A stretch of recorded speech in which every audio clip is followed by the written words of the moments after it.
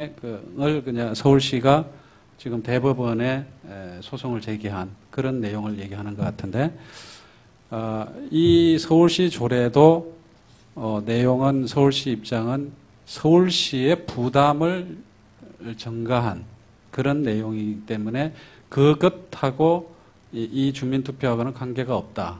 뭐 이런 이제 논리를 펴고 있어요. 그다음에 이제 권한쟁의와 관련돼서도 지금 서울시 교육청에서 헌법재판소에다가 권한쟁의 소송을 지금 해놓은 상황이죠. 그 부분인 것 같은데, 권한 부분도 서울시와 교육청은 동일한 서울시 기관 속에 들어가는 거다. 그래서 이거는 권한쟁의 소송의 대상이 되지 않는다. 이런 주장을 편단 말이죠. 그래서 이 대상 부분에 대해서 나름대로 이제 서울시도 그런 이제 자기들 법적 검토를 거쳐서 자기 주장을 하고 있는 것 같아요. 여기에 대한 의견은 어떠십니까? 예, 제가 조금 얘기하면 먼저 이제 권한쟁의 문제인데요. 지방자치단체 보통 얘기할 때 이제 의회, 그 다음에 이제 시장만 생각을 하는데요. 교육사무에 관해서는 이제 교육청이 교육 자체에 관한 법률에 따라 가지고 별개의 지방자치단체가 될 수가 있습니다. 뭐 포괄적으로 보면은 같이 속한다고 말할 수도 있습니다만 기본적으로 교육사무에 관한 하는 별도의 지방자치단체라고 말할 수가 있고요. 같은 정부 내에서도 부처 간에 이 권한쟁의를 할 수도 있다는 것이 일반적인 헌법 해석입니다. 같은 정부이기도 하지만은 그럼에도 불구하고 이 이제 교육청하고 이제 같은 부처 내에서, 그러니까 정부 내에서도 부처 간의 권한쟁의가 가능할 수 있다고 한다면 더 나아가서 교육청하고 시장하고는 전혀 다른 이제 조정할 수 있는 상위의 기관이 없다고 하는 그러한 상황이라고 한다면은 더더욱이나 권한쟁의가 가능할 수 있다. 저는 그렇게 볼 수 있고요. 그 다음에 이제 두 번째로 예산안 말씀하셨나요? 예산안 말씀하셨는데, 이 모든 사안들이 예산에 관계되는 것이다. 그럼 모든 걸 다 주민투표 할 수 없다는 얘기냐, 이렇게 반론할 수도 있을지 모르겠습니다만은, 그러나 이번 사안은 보십시오. 그 선택지 가운데 하나가 50%라고 하는 특정의 어떠한 예산 편성의 어떠한 규정을 사실 박아놓은 거라 말할 수가 있습니다. 그럼 말하자면은 나중에 이걸 갖다가 45% 줄일 때 또는 60%로 늘릴 때 그때도 다 그럼 주민투표를 사실 해야 되느냐, 이건 사실 굉장히 상식적으로 납득하기 어려운 것이죠. 그럼 모든 이제 예상 편성을 다 주민투표를 통해서 할 수밖에 없는 이런 상황으로 갈 수도 있단 말이죠. 그래서 예산이 관련될 수밖에 없는 이러한 정책 결정에 관한 투표하고 이렇게 예산의 범위를 딱 특정할 수 있는 이러한 투표하고는 다른 것이고, 이 후자는 명백하게 우리 법에서 허용하지 않는, 이걸 허용하게 되면은 우리의 민주적인 절차가 모두 어려워질 수가 있는 거죠. 그래서 이것은 우리 법상 금지되고 있는 그런 주민투표다, 이렇게 말할 수가 있겠고요. 그 다음에 아까 대법원 그 말씀하셨나요? 대법원, 아까도 말씀드렸지만 대법원에 가 있다는 것은 그것이 대법원의 결정으로 그것이 효력이 발생하고 효력이 없어지고가 아니라 이미 효력이 있는 거예요. 조례가 이미 효력이 있는 것이고, 그 다음에 이제 대법원의 결정에 따라서 무효가 될 수 있을 뿐이죠. 그래서 그런 상황에서 이걸 갖다가 주민투표로 가져가는 것은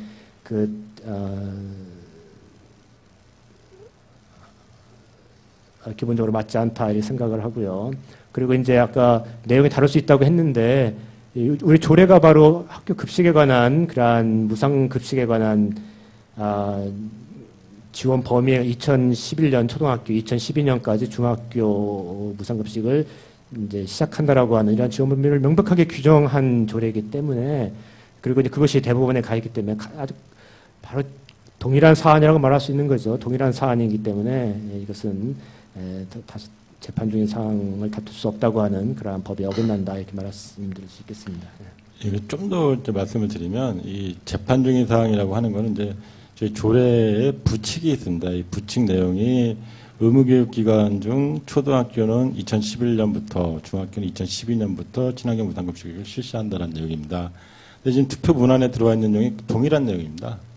동일한 내용이기 때문에 실제로 이 부분에 대해서, 우리 부칙에 대해서 서울시장 쪽이 서울시장의 예산 편성권 및 재량권을 침해하고 있다라고 해서 대법원에 제소를 한 내용입니다. 그게 이제 대법원 제소할 때 그 청구 취지가 있을 거 아닙니까? 그 청구 이유가 바로 그겁니다. 그러면 이거는 뭐 누가 보더라도 재판 중인 상황일 수밖에 없는 거고, 그 다음에 두 번째 예산에 관한 사항은 아까 말씀해 주셨듯이 당해년도 예산이라고 하는 거는 1회계년도 개념이잖아요. 그러니까 이 각각 뭐 정책일 때 돈 안 들어가는 게 어딨냐라고 하는 것만큼 무식한 얘기가 없는 겁니다.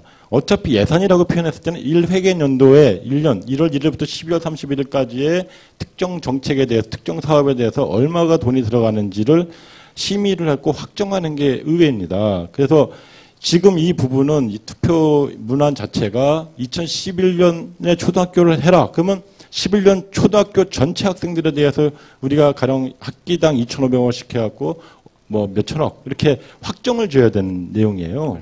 그러니까 이거는 누가 뭐라 그래도 예산에 관한 사항일 수밖에 없는 겁니다. 그리고 이 권한쟁의 같은 경우에는 이제 교육청이 사실 광명 교육감이 참다 하신 겁니다. 참다 하신 거고, 아까 우리 정 교수님 말씀하셨듯이 이 권한쟁의 심판에 서울시가 주장하는 게 같은 서울시에 있는 지자체이기 때문에 대상이 된다 안 된다라고 얘기할 수 있지만, 예전에 그 2009년도에 언론학법에 대해서 저희 국회의원들이 국회의장을 상대로 해서 권한쟁의 심판을 했습니다.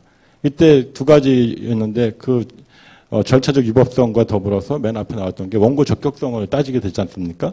원고 적격성을 인정받았습니다. 그랬듯이 같은 국회에 있다고 해서 국회의원이 개별적으로 선출된 독립된 기관이기 때문에 인정을 해줬듯이, 여기도 마찬가지로 서울시 교육감도 별도로 선출된 독립된 기구이고 예산 편성권을 갖고 있는 독립기구입니다.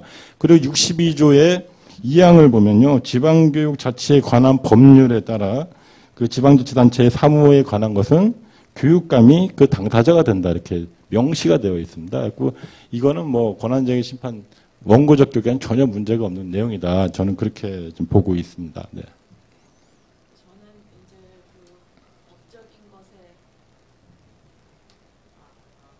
그 법적인 것에 이제 덧붙여서 이 주민투표의 성격을 보면요. 아까도 말씀드렸듯이 이제 주민투표가 대의제에서 소외되는 소수자에게 이제 패자 부활의 기회를 주기 위한 거다라고 말씀을 드렸는데, 우리는 주민투표를 크게 두 가지로 나눕니다. 이제 좋은 주민투표와 나쁜 주민투표가 있는데, 좋은 주민투표를 우리가 레퍼렌덤이라고 부르죠. 그러니까 예를 들면 국민의 여론이 아주 반으로 딱 갈라져 있어서 정말 표결을 하지 않고서는 이게 도대체 대화 타협이 안 되는 경우에는 이제 시장이 의회랑 협의해서 레퍼런덤을 붙일 수가 있죠. 그거는 정말 시민들의 의사를 묻기 위한 거고, 또는 이제 시민이 직접 발안을 해서 이런 법안은 왜 생전 의회에서 다뤄주지 않느냐, 왜 생전 시장은 이런 법안에 관심이 없냐 해서 소수자들이 이제 발의를 하는 경우, 발안을 하는 경우, 그런 이제 주민투표로 가는 걸 우리가 레퍼런덤이라 그러는데, 이제 나쁜 주민투표는 어떤 거냐면 주민동원 투표입니다. 그러니까 이제 권력자가 그 자기의 뜻을 우회해서 관철시키기 위해서, 그러니까 의회를 무시하고 대의민주주의를 파괴하고